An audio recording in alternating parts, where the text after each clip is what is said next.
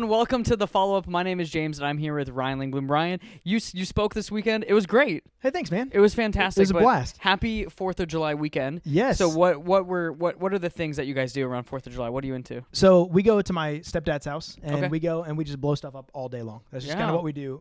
Tons of kids come over. It's just a blast. Middle of Nebraska, we go to McCook, Nebraska. Oh, yeah. And go spend some time in McCook and have a good that's time fun. there. He always smokes up a brisket or something like that, and Yum. so we spend time there, back porch, just having a Just blast, hanging out, just blowing stuff up. Last year, I went to Lincoln, and I went to the Knatzer's house. You went to the Zane and extravaganza. They blew up a piano. Yeah, And they do the whole thing. I'm not talking about just they put a firework inside. No, I literally watched a piano explode. It was almost cartoonish. That's But amazing. It's extremely unsafe. You have to bring your own hard hat. So You bring your own hard hat to this thing. nah, you just stay away. Okay. That was a joke, Ryan. Okay. That was a joke. Hey, but today we closed up this last weekend. We closed up our series, Strong and Courageous. And Ryan, could you just give us a quick recap of just what have we been talking about? Yeah, so we're in the book of Joshua. We've walked through the entire book of Joshua in this time, so it's the story and the book of Joshua. Just an incredible, incredible story of a guy who just shows commitment from the time that he is a slave in Egypt all the way through to where he becomes the commander of the Israelite people. And it's just a great, great story. Yeah. And so this weekend you talked about it was kind of the end of Joshua. We're in Joshua chapter 24, and this takes place after, like you said, he had done all of these things. He's 110 years old at this point. He had been a slave. He had been a warrior. He'd been the leader of these people. And so he gathers all of these people for kind of one last speech, kind of the last hurrah. Yeah, it's almost like halftime, if you will. It's like, guys, take a knee. Take a knee. We're going to talk about all the things that we've Grab been some through. orange slices. We're going to talk about it. Yeah, we're going to talk about all the things we've been through, and we're going to talk about what God's going to do for us in the future. And so you kind of focus on the past victories, and then you focus on the future vision that God has in store for them. Sure. So he kind of opens this up. It says in Joshua chapter 24, verse 1, it says, "Then Joshua assembled all the tribes of Israel at Shechem. He summoned the elders, leaders, judges, and officials of Israel, and they presented themselves before God." So right away, he's gathering all of anyone that seems to have any importance within Israel. He's gathering them together. And what's so special about this gathering? So it's a gathering that takes place in Shechem, of all places. And what's really cool about Shechem, and I joked about this when I was teaching the other day. I joked about the fact that a lot of times when you read through Joshua 24, you just want to get to the fun stuff. Yeah. There's some fun stuff in Joshua 24 where he says, "Choose from this day whom you're going to serve," and that's the one where everyone skips to, and they're classic, "All right, let's line. skip to that one because that's what's going to preach." And so I did some study on this Shechem thing, and what Shechem is hundreds of years ago when God came to Abraham in Genesis, book of Genesis, so hundreds of years earlier, he comes to Abraham and says, "I want you to leave all that you have and all that you are and go to this land I'm going to tell you about." And Abraham lands in this town called Shechem. Okay. And it's where he builds this altar as if to say, "God, I'm with you in this if you're with me in this." And it's just this moment. And so what's really cool about Joshua is Joshua's rounding up all of these people of Israel as if to say, God has fulfilled this promise that he gave to Abraham, that he's going to make his descendants as numerous as the stars in the sky. He's fulfilling that same promise by showing all of these people who are all part of that generation. Yeah. And he's saying, look at all of these people who are coming from this same genealogy. And it's this promise of one that now to promise of millions. And so he's saying, look at what God can do. Yeah, just an incredible, incredible story right there in this little village. Yeah, so Shechem. he takes them back to the beginning, back to where where the promise started, and then talking about how God has been faithful, and then he kind of goes through these lists of different events that have happened, some big foundational events for the people of Israel, of some different things that have happened, and kind of showing how God's been faithful. Can you just give us a quick recap of a couple of those big events? Yeah, so he walks through from verse 2 all the way through to verse 13. He just walks through their history and says, you were in slavery, and God got you out of slavery. And then God got Moses to cross over the Red Sea. And you know that story where God parts the Red Sea right there. Then they cross over the Jordan River, and God had stopped stream 19 miles up. I mean, over and over, you just see faithfulness of God showing up. And then Jericho and Ai, and he doesn't even go into the fact that they marched around the city 7 times and the walls came down in Jericho.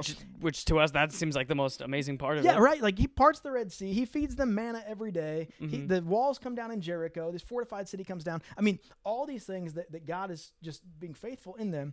And it's almost like Joshua's going, do you guys remember this? I want you to know that you remember all the things God has done for us.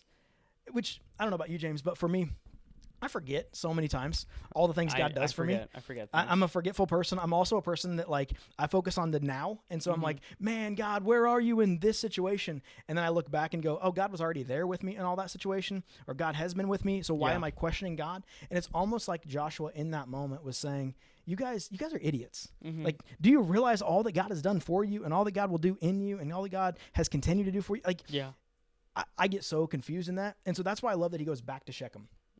I look in my own life and realize there's some areas of my own life where I need to go back to Shechem and see just how faithful God has been. And I don't know about you, if that's kind of the same thing for you. Yeah. I'm a pretty forgetful person. I have to like if it's not in the calendar, if someone mentions something to me and I'm like, yeah, that should be fine, I have no idea if that's fine. I have to look at my calendar and put it in. If it's not there, it doesn't happen to me, because as soon as I leave, I just don't remember it anymore. And so I think there's so many times, and even like spiritually, I think it's very important for us to like go back and remember like why we do this, like what's the point of this, like what has God done for us? Because really, like that's the story of the Bible. And Joshua really kind of sets this up of explaining all this. It's not just because he just felt like sharing all the cool parts and be like, hey, you guys, that was pretty cool, right? That was like cool what happened back there.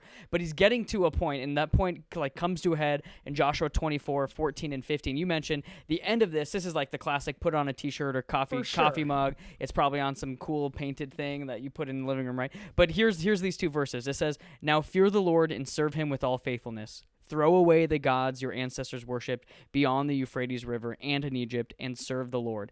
But if serving the Lord seems undesirable to you, then choose for yourself this day whom you will serve, whether the gods of your ancestors served beyond the Euphrates, or the gods of the Amorites in those land you are living. But as for me and my household, we will serve the Lord." And that's a really cool way. He's like sets it up. He's like, these are the things that God has done for you. But you know what? If this isn't for you, if you think there's a better way, go do that better way. Yeah. But for me and my family, we're going to continue to serve the Lord that's been extremely faithful for us. And so why do you think that God was or why do you think that Joshua is telling these people that, right? Like God wanted them to give this message to the people of Israel. Why do you think he wanted them to kind of have this drawn, like this sand in the line moment? I think you got Joshua, who is an incredible warrior. I think he's a better motivational speaker. Yeah. You know, he's like, I'm going to show you all these facts, and if I show you all these facts and you still don't do this, like, cool on you. Go do whatever you want. But as for me and my household, we're going to serve the Lord. And I love just the way that he shows us all the ways that God's been faithful to him and the people, and then actually says, here's what I'm going to do because of it. Not, hey, wasn't that awesome? I'm going to die now. Wasn't that awesome?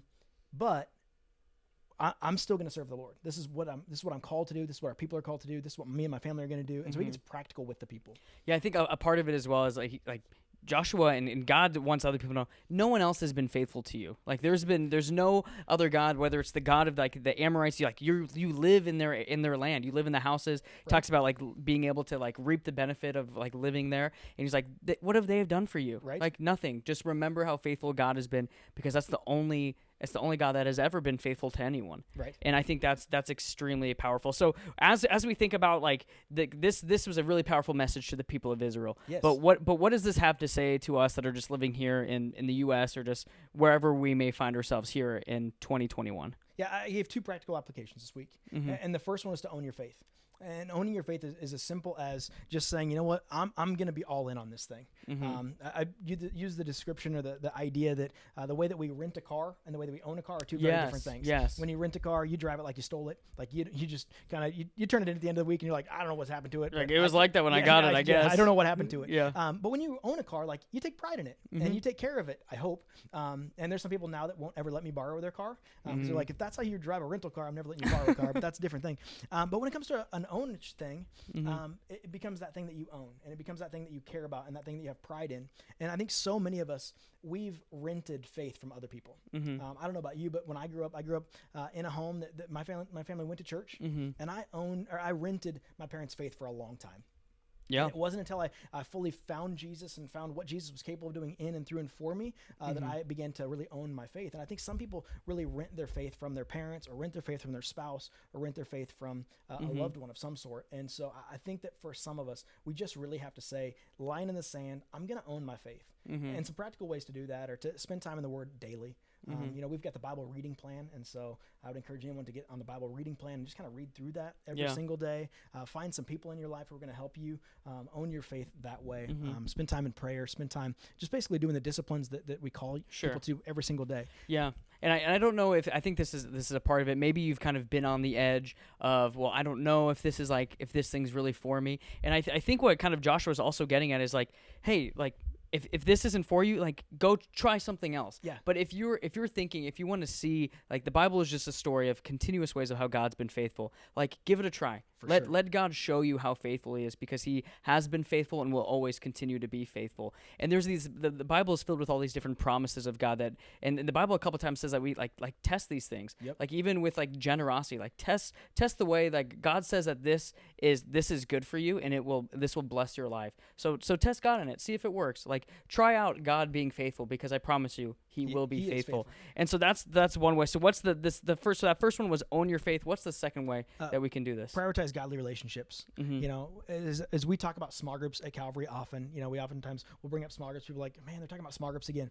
There's a reason we talk about it often, because we believe in it. We believe that we're going to help one another live Christ-centered lives, and the best way to do that is to be in a relationship with one another. Sure. And so if I'm in a relationship with you, James, I want to be able to say, here's some areas that I'm seeing in your life that can use some work, and you can look in my life and say, here's some areas in your life that need some work. Or if there's moments in my life where I'm saying God seems absent and God's not answering this prayer, you can go, actually, here's some areas where I've seen God not be absent in your life, and you can speak into that for me. And if we're spending time relationally every single week together, you get to speak into those. Yeah, and that's exactly what Joshua was just doing in this passage. Absolutely. Right? So all these people that might be coming and forgetting what God has done for them, maybe he's probably saying this because some of them are going and they're trying to be with other gods and kind of let that be their God. And Joshua's trying to bring them back and be like, do you remember how God's been faithful for you? Right. And that's the joy of small groups. That's what gets to happen, is you get to continually remind each other how God has been faithful when someone feels like God hasn't been faithful. Because there are seasons where we feel like we're in the desert, we're in the wilderness, but we can still be ministered to by God in those places. And so that's super exciting. So thank you everyone for joining us today for the follow-up. Ryan, is there anything else that you'd like to kind of say to kind of bookend this series? No, it's been a great series. I love the story of Joshua because it just shows how faithful God truly is. Yeah, so as you're getting into the Bible, if you haven't been following along, I want to encourage you, just start reading in the book of Joshua. See how God is raising up this new leader and calling the people to continue to be faithful throughout the whole story. So that's all we have for you today. Thank you for joining us. We look forward to seeing you next week.